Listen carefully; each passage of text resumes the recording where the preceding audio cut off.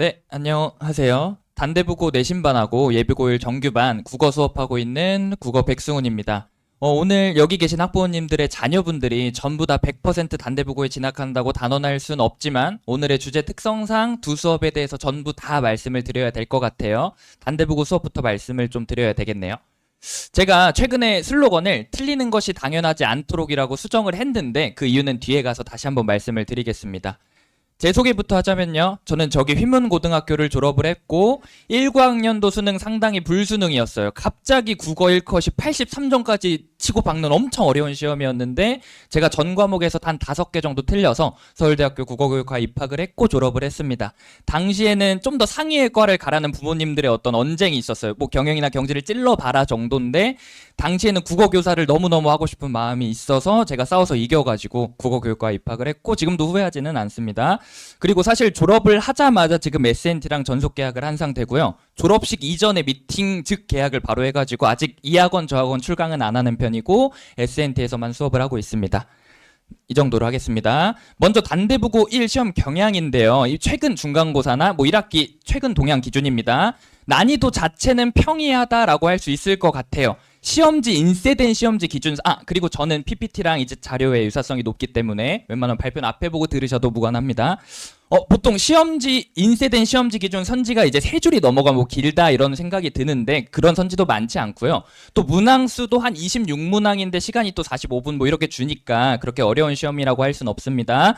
또 특이한 건 고등학교 1학년인데 외부 지문이 잘 안 아예 안 나와요. 네, 아예 안 나오고요. 또 문법 영역도 평이하게 출제되는 편인데 그럼에도 불구하고 뒤에서 말씀을 드리겠지만 중3 내신과 난이도 괴리는 상당히 큰 편이에요. 아무리 평이한 편이라도 그건 뒤에서 다시 말씀을 드릴게요. 그리고 조금 특이한 점은 그렇게 평이하게 내려고는 하는데 은근히 특이한 시도들을 많이 합니다. 그냥 하나만 살짝 보여드리면 가령 뭐 이게 킬러 문제라고 했던 한 문제와 그 밑에 문법 문제인데 갑자기 뭐 문학 문제에서 이렇게 연계돼서 문법을 쉽긴 합니다. 근데 물어본다든가 이거 한 번만 살짝 설명을 드리면 애들이 배울 때 이 수필이 있어요. 수필인데 어떤 수필이냐면 정약용이 귀향을 가서 뭔가 깨달았다. 나를 스스로를 잘 지켜야 되는구나라는 교훈을 깨달았다라는 수필이라 귀향의 학생들은 나쁜 의미를 부여하기 쉽지 않았어요. 정약용이 귀향 가서 깨달았으니까 귀향은 좋은 게 아니었을까라고 했는데 선지에서 갑자기 이렇게 때려버린 거예요.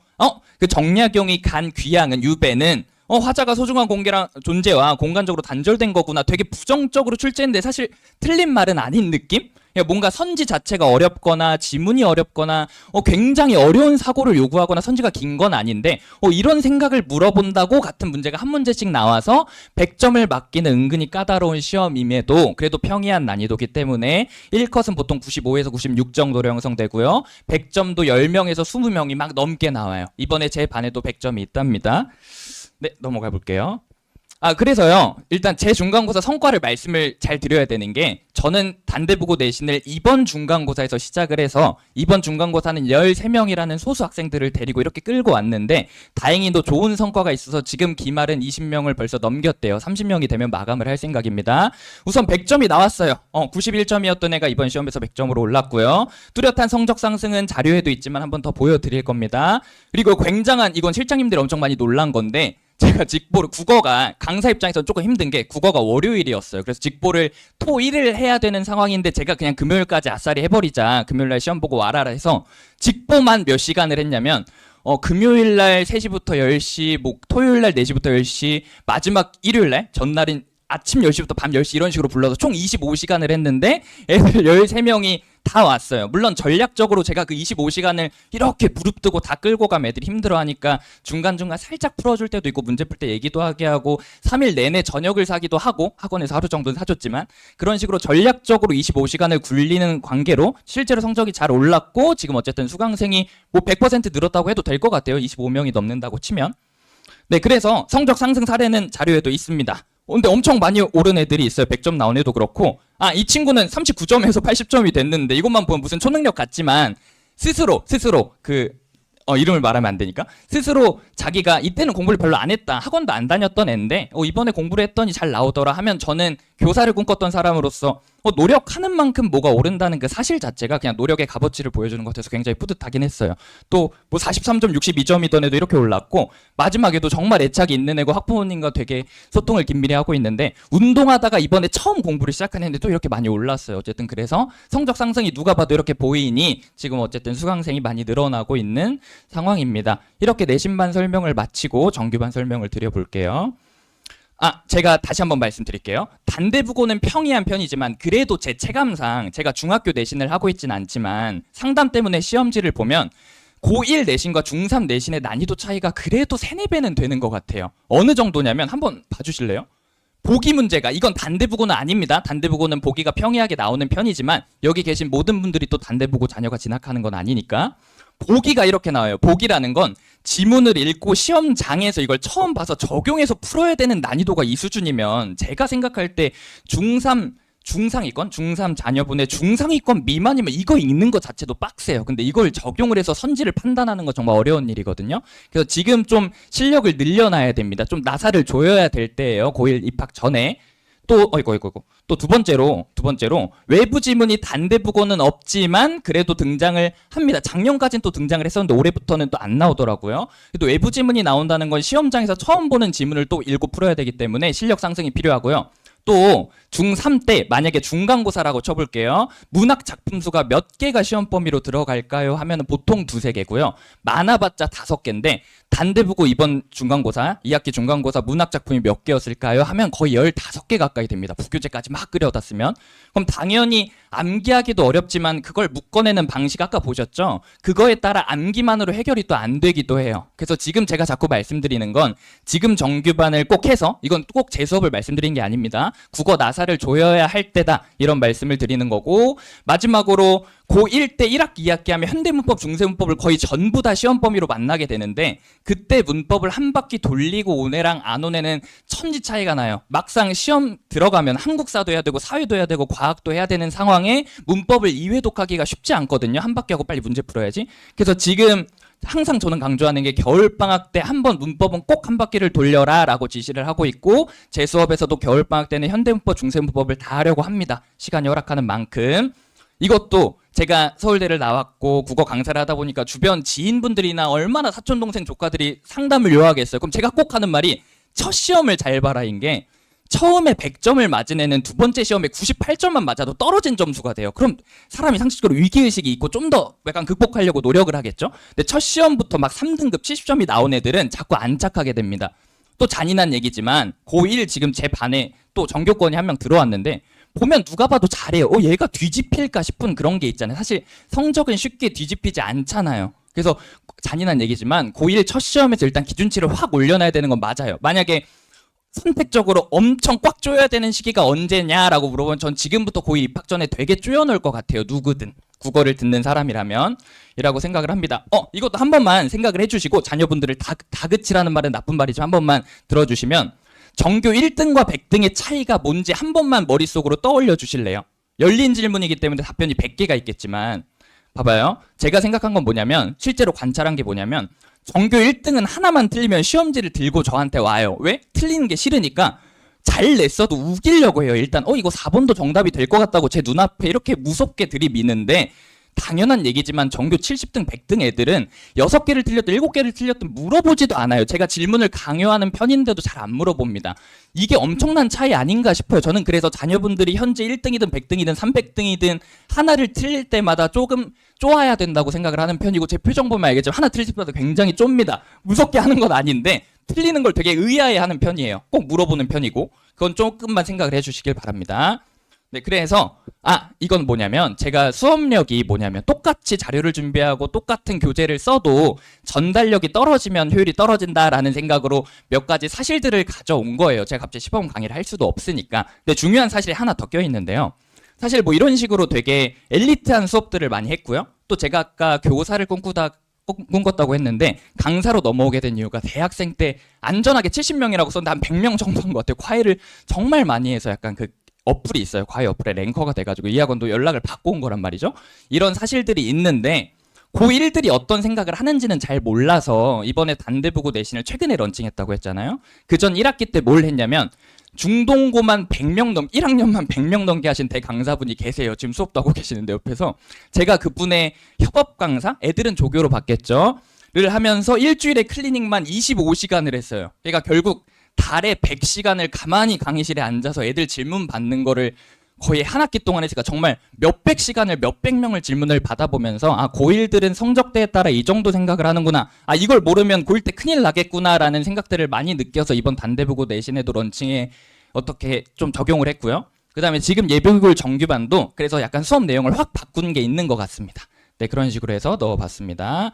네, 그래서요, 지금 제 예비 고1 정규반은 시즌 1이 끝났는데 불안해하지 않으셔도 되는 게 이때는 여름방학 시즌이기 때문에 문법이었어요. 근데 문법은 중요하다고 했지만 시즌 4, 그러니까 겨울방학이죠. 고1 입학 전에 다시 한번 그 파트가 돌아오기 때문에 시즌 1에서 문법을 못 들은 것에 대해서 불안해하실 필요는 없습니다.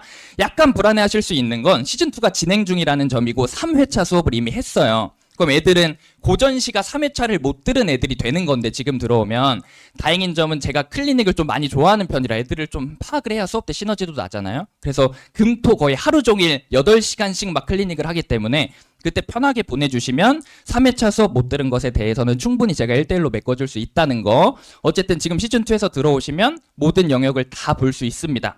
그래서 문학과 비문학을 어떤 내용으로 끌고 가는지 간략히 말씀을 드릴게요. 문학은요, 어떻게 해야 되냐면, 지금 단대부고 같은 경우는 출판사가 천재교육이에요. 천재교육 김수학 씨인데, 대부분 정해져 있죠. 나오는 문학 작품들이 교과서에 다 있고요. 부교재는 올림포스 쓰고요 해가지고, 어떤 문학 작품들이 나오는지 이미 알고 있습니다. 그런 문학 작품들을 선별해서 수업을 합니다. 꼭 단대부고 그 출판사에 있는 작품들만 다루는 건 아니에요. 어떤 학교를 진학하게 될지도 모르고, 다른 작품들도 많이 다뤄야죠. 근데 이제 조선시대 막 넘어오고 정철 작품 보고 하다 보면 그런 유명한 작품들이 수능이나 모의고사에도 출제된단 말이죠. 그럼 그렇게 수능이나 모의고사에서 출제된 작품들은 수능형으로 다룹니다. 왜 그래야 되냐면 아까도 말씀드렸지만 보기 어렵게 나오고요. 문학 작품 수가 이렇게 늘어나는데 암기만으로는 되지 않는 실력 자체를 늘려야 되는 것도 있기 때문에 그 작품들이 수능에 출제된 적이 있다? 모의고사에 출제된 적이 있다? 하면은 수능형 수업으로 다룹니다.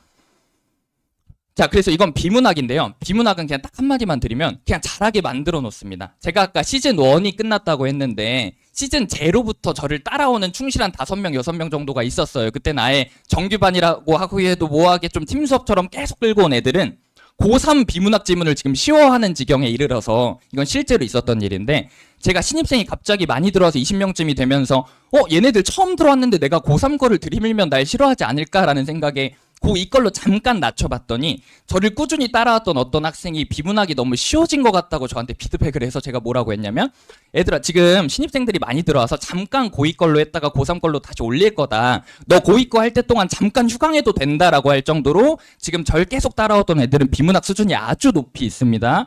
이런 식으로 합니다. 지금 제가 예를 들어 이렇게 밑줄 친 거는 어떤 한 문장이고요. 이 그림은 뭐냐면 지금 앞에 읽었던 내용이 이렇게 형성이 돼 있다면 지금 너가 읽은 파란색 문장은 어느 위치에 들어가야 될까라는 구조독해 차원에서 수업을 하는 겁니다.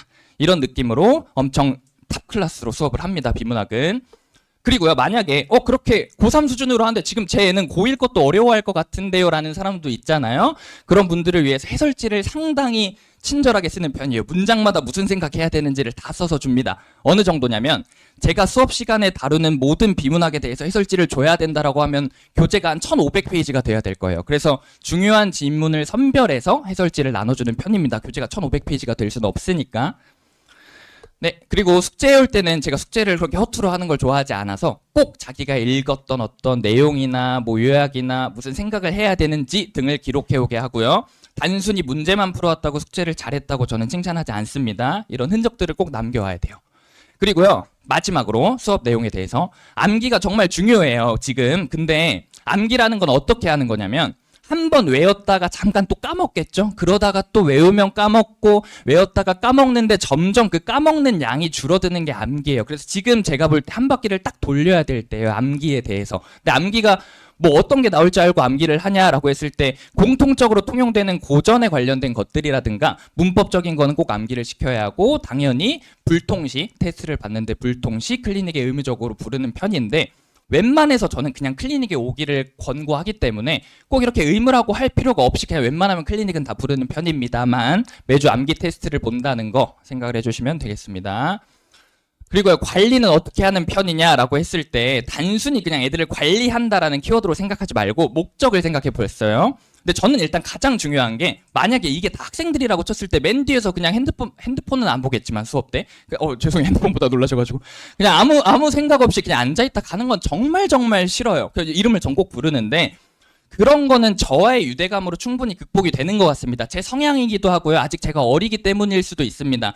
실제로 남자애들은 지금 단대부고 프리 설명회니까 실제 이름을 얘기할 수는 없지만 저한테 막 새벽에 옷 어디서 사냐 이런 것까지 물어보고요. 심지어 실제로 며칠 전에 들었던 건데 자기가 집 가서도 연락을 하고 싶은데 핸드폰을 뺏겼대요. 그래서 몰래 해야 되니까 SNS 계정을 만들어 달래요. 그런 요구까지 할 정도로 저는 유대관계가 좋아요. 그렇게 친한데 어떻게 보면 친한 건데 어떻게 제 수업에서 딴 생각을 하고 있을 수가 있겠어요. 제가 보고 있는데 그런 느낌으로 저는 극복을 해냈고요.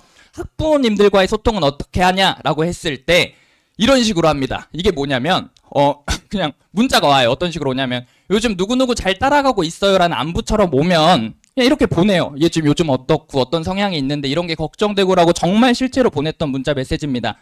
실제로 지금 한 장 더 넣어놨을걸요. 이렇게 전화를 다 드려요. 그냥 몇 시간이 걸렸냐면 제가 13명 소수로 끌고 가긴 했지만 1시간 반 막 2시간이 걸려서 그냥 가만히 앉아서 전화만 하다가 끝났어요. 뭐 저는 근데 얘기하는 게 즐거운데 단지 그냥 시간을 많이 쓰면 자료 준비할 시간이 줄어드는데 라는 생각밖에 없지 얘기하는 게 힘들진 않습니다만 다 그렇게 전화를 하고 얘기를 하는 편입니다. 이게 몇 명까지 가능할지 잘 모르겠는데 지금 정규반 이렇게 내신반 다 합해서 4, 50명까지는 충분히 무리가 없는 것 같아요. 제가 100명이 넘어가면 그때는 고민을 해볼게요. 네, 고민 안 할게요. 그냥 그때도 하겠습니다. 마지막으로 고1 이제 입학 전에 모의고사를 보게 될 텐데 실전 모의고사를 제가 12월부터 계획 중이에요. 교육청이나 평가원 짜깁기 모의고사를 계획 중인데 성적표를 이런 식으로 좀 그냥 단순히 몇 점이다 몇 등이다를 넘어서 문항별로 어떤 생각을 해야 되고 어떤 개념이 필요한지를 꼭 추출해서 보내드리고자 합니다. 이 성적표는 실제로 제가 아까 말씀드렸던 대강사 밑에서 일을 할 때 제가 만들어 드렸던 성적표고요. 이걸로 애들은 성적표를 실제로 받았답니다. 마지막입니다. 정말 마지막입니다. 과제는요, 제가 좀 많이 주는 편이에요. 원래 제가 어떤 생각을 했냐면 숙제를 허투루 하는 걸 싫어한다 그랬잖아요. 근데 많이 주면 애들이 허투루 하는 것 같은 자꾸 의심이 들어서 저는 문제는 최대한 적게 주되 뭘 남겨와라 라는 주의였는데 우선 요즘 내신 또 수업하다 보니까 느낀 게 뭐냐면 이렇게 적용을 할 때는 이렇게 푸악 하면 머릿속에 또 들어오는 게 있어요. 양치기로. 그래서 못할 애들은 못해라 라는 식으로 과제를 거의 100문제 넘게 주기도 하고 비문학도 어려운 거 엄청 많이 주는 편인데 대부분 애들이 다 해오긴 하더라고요. 다행히. 근데 만약에 벅찬 애들을 위해서 저는 벅차다기보다는 대충 해올까라는 우려 때문에 이런 방식을 고안은 해놨습니다. 뭐냐면 보통 일요일 저녁이 수업이면 토요일 밤에 급하게 한다던가 수업 직전 1시간에 막 답지를 혹시 보면서 베낀다던가 하는 걸 방지하기 위해 너는 무슨 요일에 과제를 할 수 있니를 미리 수업받아서 그날에 인증을 하지 않으련이라는 걸 고안은 해놨지만 다행히도 지금 제 학생들은 클리닉의 의무가 아니더라도 거의 전부 다 오기 때문에 제가 직접 눈으로 확인을 하고 있습니다. 네, 혹시 클리닉이 일정 때문에 못 온다거나 학생이 너무 늘어나서 관리가 잘 안 될 때는 이 방식을 꼭 적용을 할 생각입니다. 깜짝이야. 네. 지금 개강일은 다음과 같고요. 일요일 2시부터 5시에 진행이 되고 있습니다. 감사합니다.